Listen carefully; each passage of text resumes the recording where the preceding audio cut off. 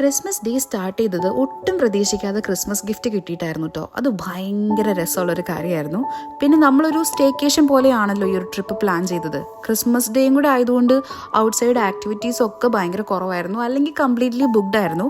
പിന്നെ പുറത്ത് നല്ല മഞ്ഞായതുകൊണ്ട് ഒരു രീതിയിലും വാതിൽ വിട്ട് പുറത്തേക്ക് ഇറക്കണം എന്നൊരാഗ്രഹം നമുക്കും ഇല്ലായിരുന്നു. പക്ഷേ നമ്മൾ ടൈം വേസ്റ്റ് ചെയ്തല്ലോ, അതുകൊണ്ട് കുക്കിങ്ങും ഗെയിംസും ഒക്കെ ആയിട്ടായിരുന്നു നമ്മൾ ശരിക്കും അടിച്ചു പൊളിച്ചിട്ടുണ്ടായിരുന്നത്. പക്ഷെ ഫുഡ് കഴിച്ചു കഴിഞ്ഞപ്പോഴേക്കും ഈ എല്ലിൻ്റെ ഇടയ്ക്ക് കയറുക എന്ന് പറയുന്ന ഒരു പ്രതിഭാസം ഉണ്ടല്ലോ, അങ്ങനെ ഒരു കയറൽ മഞ്ഞിലോട്ട് എടുത്തങ്ങ് ചാടി.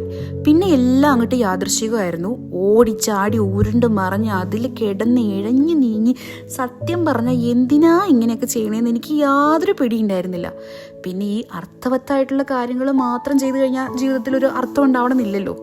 അപ്പം ഇതുപോലെ അർത്ഥവത്തായിട്ടുള്ള വീഡിയോസ് കാണണമെന്നുണ്ടെങ്കിൽ സബ്സ്ക്രൈബ് ചെയ്ത് കൂടെ കുടിക്കോ.